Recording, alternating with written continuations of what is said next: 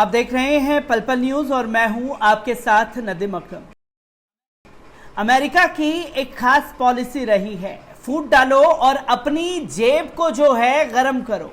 अब आप कह रहे होंगे अपनी जेब को कैसे अमेरिका गरम करता है। अब मानिए कि सऊदी अरब और यमन में जंग चल रही है, एक दूसरे के खून के प्यासे हो रखे हैं। तो इस बीच अमेरिका जो काम करेगा कि सऊदी अरब के साथ इस तरीके से प्रिटेंड करेगा कि मेरे आपसे अच्छे संबंध हैं, आप यमन पर चढ़ाई कर दीजिए, और अंदर खाने से यमन को हथियार बेचता रहेगा, जिससे दोनों देशों से बेनिफिट अमेरिका उठाता है।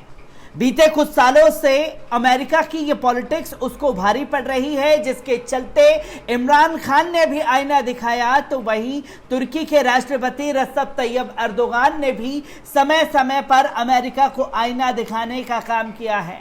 और जो बाइडेन की सरकार बुरी तरीके से बौखलाई हुई है, क्योंकि मुस्लिम देश जो कि उसकी मुट्ठी में हुआ करते थे वो अब उसके मुट्ठी से निकलने लगे हैं। जहां यूएई पे प्रेशर बनाया गया कि वो सीरिया के राष्ट्रपति से ना मिले, पर फिर भी बशर अल असद का यूएई दौरा हुआ, जहां यूएई और सऊदी अरब के किंगों ने फोन उठाना बाइडेन का बंद कर दिया, जिसकी तस्वीरें और जिसकी झलकियां लगातार इंटरनेशनल मीडिया में सुर्खियां बटोर रही हैं।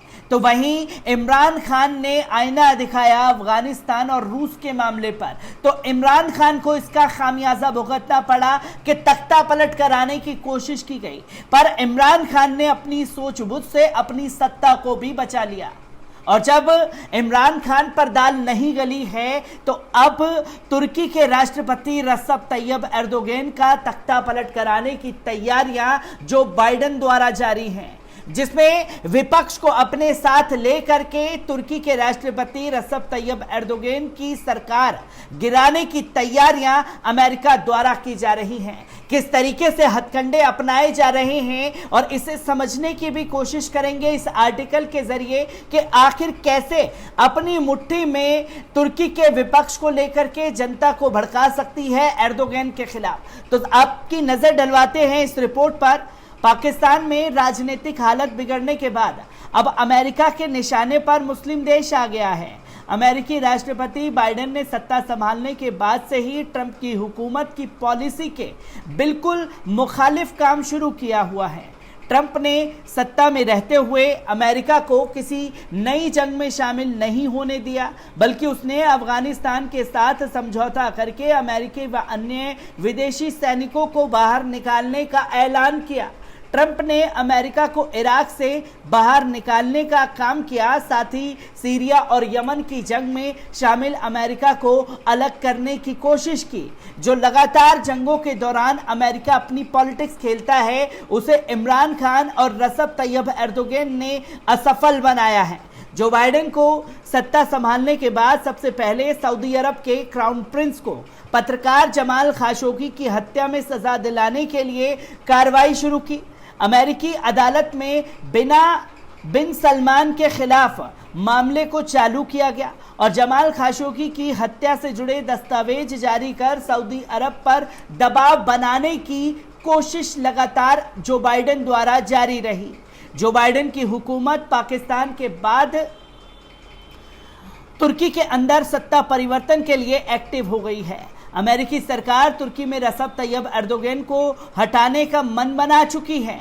जानकारी के मुताबिक जो बाइडेन की सरकार तुर्की में सत्ता परिवर्तन के लिए वहां के विपक्ष को हर तरह की मदद दे रही है, और चुनावी प्रक्रिया के जरिए अमेरिका रजब तैयब एर्दोगान को सत्ता से बेदखल करने का काम शुरू कर चुका है। बता दें कि 2016 में भी अमेरिका ने तुर्की के अंदर मिलिट्री को करवाया था, जिसे तब तुर्की के राष्ट्रपति ने नाकाम कर दिया था। इस बार अमेरिका पहले जैसी गलती नहीं करना चाहता, बल्कि इस बार वो इस काम के लिए तुर्की के अंदर विपक्ष को माली और अन्य तरह की सहायता देकर चुनावों में रजब तैयब एर्दोगान को शिकस्त देकर सत्ता परिवर्तन कराना चाहता है। यानी कि विपक्ष को अपनी मुट्ठी में लेकर के सत्ता गिराने की कोशिश रजब तैयब एर्दोगान की अमेरिका द्वारा जारी है। आपको बता दें कि आखिरकार अमेरिका जो है वो रसब तैयब एर्दोगन पर क्यों खिसियाया हुआ है, क्यों बौखलाहट जो बाइडेन की बार बार तुर्की को लेकर के निकल करके आती है। तुर्की मुस्लिम देशों में एक सक्षम और शक्तिशाली देश है, जबकि पाकिस्तान तमाम मुस्लिम देशों में अकेला परमाणु शक्ति है। तुर्की और अमेरिका के रिश्ते लंबे वक्त से नरम गरम चल रहे हैं। रूस से तुर्की के S-400 मिसाइल डिफेंस सिस्टम की खरीद के बाद से अनेक प्रकार के प्रतिबंध लगाए हुए हैं। तुर्की के चीन और रूस से करीब होने को लेकर भी अमेरिका आग बबूला है। तुर्की और पाकिस्तान ने आर्मेनिया से अजरबैजान की जंग मिलकर अजरबैजान के साथ जंग की थी। उस जंग के समय अमेरिका ने सीधे सीधे तो तुर्की से कुछ नहीं कहा था, लेकिन उसने ग्रीस और ब्रिटेन के जरिए तुर्की के खिलाफ यूरोपियन यूनियन में कार्रवाई करवाई थी। अमेरिका इस समय डरा हुआ है, उसे मुस्लिम देशों के बीच अच्छे हो रहे संबंध बिल्कुल भी रास नहीं आ रहे हैं। अपने इंटरेस्ट खतरे में पड़ता दिखाई दे रहा है। अरब और मध्य एशिया के सभी मुस्लिम देश इस समय अमेरिका के खिलाफ और चीन रूस के साथ हो गए हैं।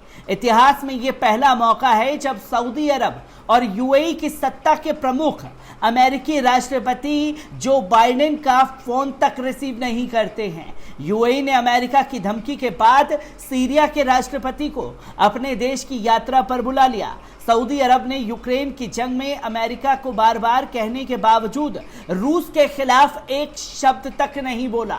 तो वहीं पाकिस्तान के प्रधानमंत्री अमेरिका को अफगानिस्तान में हमले करने के लिए अड्डे देने से इनकार कर देता है। इमरान खान ने तमाम अंतर्राष्ट्रीय दबावों के बाद भी रूस की यात्रा की। इमरान खान का एब्सोल्युटली नॉट ऑन नो मोर कहना अमेरिका के गुस्से की वजह बना, जिसके बाद अमेरिका ने पाकिस्तान में विपक्ष की मदद से इमरान खान की हुकूमत के तख्ता पलट की योजना बनाई। इसी तरह से अमेरिका तुर्की में रसब तैयब एर्दोगन की हुकूमत को गिराने का प्लान बना रहा है। इमरान खान और रसब तैयब एर्दोगन की वजह से मुस्लिम देशों के बीच रिश्ते सुधरे हैं, जिसको नकारा नहीं जा सकता। आज सऊदी अरब और ईरान का झगड़ा खत्म हो गया है। सीरिया और सऊदी अरब यूएई के रिश्ते सुधर गए हैं। यमन की जंग को खत्म करने के लिए वार्ता लगातार जारी है। फिलिस्तीन मसले पर सऊदी अरब फिलिस्तीनियों को मदद की बात कहता है। ओआईसी की मीटिंग में मुसलमानों के पक्ष में खुलकर बात होने लगी है। इमरान खान और रसब तैयब एर्दोगन ने इस्लामिक मामलों को समझा और उस पर काम किया। यही वजह है कि मुस्लिम देश अब एक मंच पर नजर आते हैं। ये एकता अमेरिका को अंदर ही अंदर खाई जा रही है।